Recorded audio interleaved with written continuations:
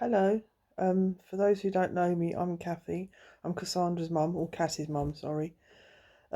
Sorry it's been such a long time. We did say we'd put an update on, um, and I got to confess I did forget. It was a friend of mine that reminded me yesterday. So Cassie wanted me to do the last few weeks of her journey on here. Um, so I'll pick it up from December. She went she was in the hospice. That's the last video she put up. We actually got her home in January. She came home early January and we had her home for 3 weeks. And then she developed a chest infection, which she didn't seem to get over. Um, in them 3 weeks, we had nurses in and out daily, and I took over her daily care as well, which was fine. That's what you do. You're a parent. Um, and it was one day the nurse came out and she asked me how I thought Cassie was doing, and I said she don't look very well. And we woke her up. We sat on the bed with Cassie and we woke her up and we said, "What do you want to do?" And she said, "It's time for me to go back." And she was basically saying she knew that it was time for her was coming. So we went back to the hospice early February, and we were there for 5 weeks. I actually moved in with her into the hospice, and I can't fault them ever. They're amazing, amazing people. Um, and the first 2 weeks was just getting her settled, sorting out pain meds and this, that, and the other. And then by the third week, the nurses took over her full care because it was really hard to do that for somebody you love that much. And also, I wanted to keep her dignity, sort of thing. And some of the things they were doing, I could do, but she deserved to have that dignity. So they took over her full care, and she started changing like big time. And I'm not going to say it was a lot, the surroundings, what they did for her was brilliant. I couldn't fault that, but the journey wasn't an easy one. Sorry, I'm shaking a bit, and this phone's a nightmare. So we were, yeah, she just started to lose herself. She was forgetting things. She was forgetting who people were. Her pain, they were sort of on top of it, but she wasn't actually saying, "Oh, I'm in pain." She was keeping it to herself. Um, and then we got to the last 2 weeks, and it was everything had to be routine, just so she could remember. She didn't know what days were and everything, so our routine was I'd get up, shower, put my fold away bed away, do my hair. Then she would sleep until about 2. I'd sit and wait for her to wake up, and she'd sleep until about 2. Then the nurses would come in and out during that time. 2 o'clock they'd come in, do what they had to do. Then we watched Judge Judy. She watched Say Yes to the Dress, um, The Chase, Emmerdale, and then every day we had to watch the Pottery Showdown because she just really liked it for some reason, and it is a good program. And she had to watch Pottery Showdown, and we had to watch it every day from the beginning because she couldn't remember what she saw the day before. So that was our routine, and we kept it like that. She only had limited people visit because she didn't want people to see her like that. It was just about her dignity and what she wanted, and most people understood that. Few that didn't. Hey ho. So we got there, and then in the last week, she really deteriorated fast. And the doctors came in one day and spoke to her, and she said, "What can we do for you?" And Cassie just said, "Can you help me? I've had enough. I can't do this anymore."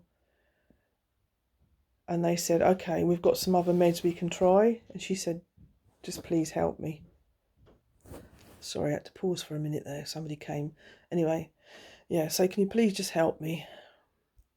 So they changed the meds, and she seemed calmer and more relaxed. And she was scared because she didn't, for some unknown reason, all of a sudden she didn't believe that there was going to be anything after she went to sleep. And all this time she's believed that, well, we do believe that when this journey ends, a new one starts. You're not on this planet just to live and then die. You live on this planet to live this life, to go on to your next journey. And that's exactly what she was going to do. And we talked about it, and she sort of settled down with that idea, and everything was fine. Well, it weren't fine, but you know. And then we were sitting there one day, and she told me that my dad was standing behind me, and he'd come to get her. And my dad died like 5 months after Kai, so that was like, I said, okay, then that's fine. You know, when you're ready. She said, oh, he's going to come back later because he doesn't think it's time, so he's going to come back and get me later. So that was fine. And then she really deteriorated big time, and it was so hard. And she was so confused and upset. And it... anyway, I was sitting with her a couple of days later, and she kept asking me, where's Grandad? Why didn't he come back? He said he was going to come back. I said, just give it time, he'll be back. And then I was watching TV one day, sitting next to her, and she was asleep. And then all of a sudden I looked, and she was awake. And she was staring at the end of her bed, and she was smiling and chatting away, but she was whispering, and I couldn't hear what she was saying. And I didn't want to disturb her because this was her moment. And she was clearly having a conversation with somebody she was so happy to see. And she was talking and that and whispering. And she said, yeah, okay, at the end. That's the only bit I got was, yeah, okay. And then she turned and looked at me. And I looked at her. And all I could say was, it's okay. It's fine.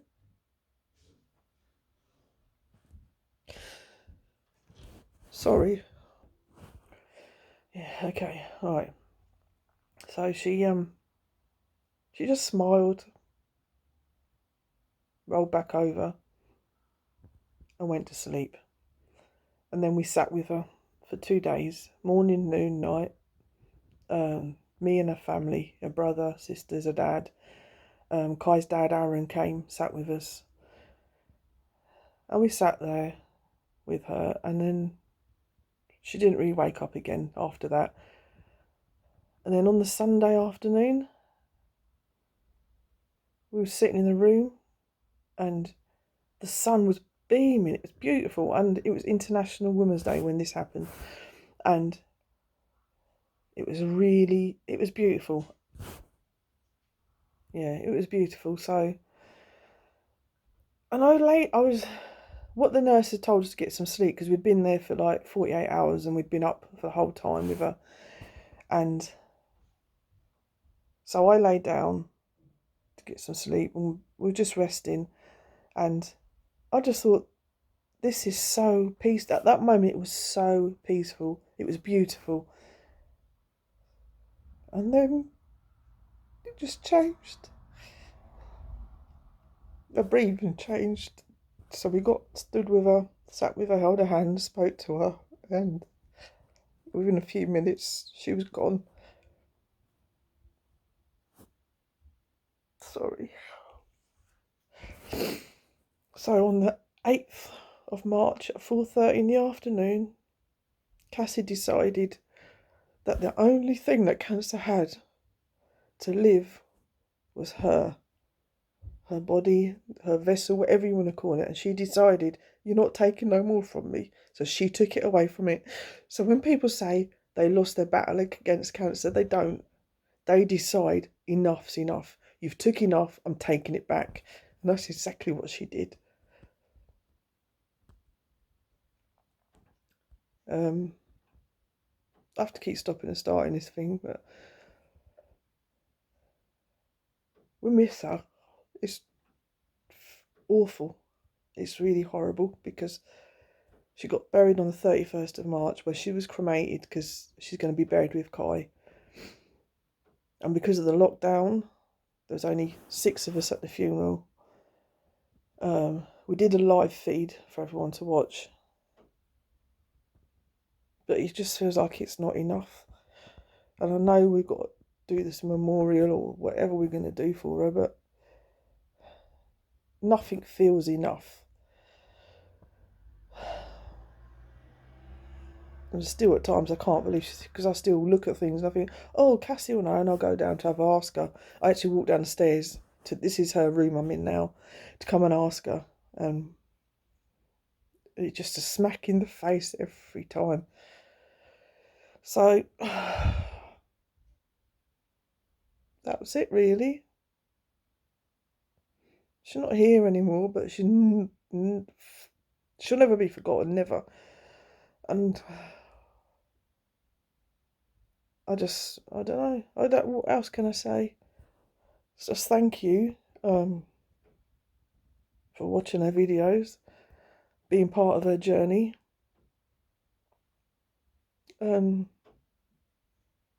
That's it. I don't think, yeah. If I'm actually lost for words, to be honest with you. Yeah. Anyway, thank you. Please take care of yourselves and take care of each other. And just a big thank you.